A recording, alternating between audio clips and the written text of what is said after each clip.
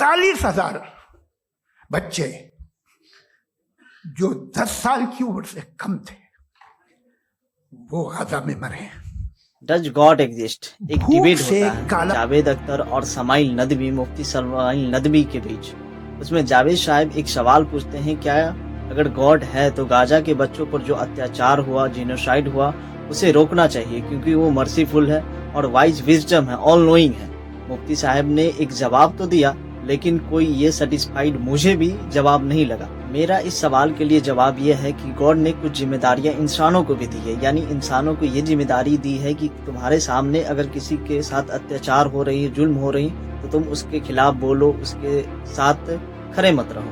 उसके जुल्म कुरान के सूरह अल इमरान में साफ साफ लिखा हुआ है कि तुम में से कुछ लोग ऐसे होने चाहिए कि जुल्म के खिलाफ बोले और भलाई के हुक्म दे। अगर कोई इंसान जुल्म के खिलाफ नहीं बोल रहा तो वो भी उतने ही गुनहगार होगा जो कोई किसी पे जुल्म कर रहा है। वही भागवत गीता में लिखा है कि जब जब धरती पर अधर्म बढ़ेंगे, धर्म का नाश होगा, मैं अवतार लूंगा। इसका ये मतलब नहीं है कि भगवान स्वयं धरती पर आएंगे, वो इंसान का रूप धारण करके धरती पर आते हैं और अधर्मी का सर्वनाश करते हैं। इसका ये मतलब है कि गॉड ने पहले से ही इंसानों की जिम्मेदारी दी है कि उसके सामने हो रहे अत्याचार और जुल्म को रोको, क्योंकि जब भी उन्होंने मैसेंजर भेजे हैं या खुद अवतार ली है तो वो सिर्फ और सिर्फ इंसानों की शक्ल में ली है। मतलब कि जब तक इंसान कैपेबल नहीं था तब तक गॉड इंटरवीन कर रहा था।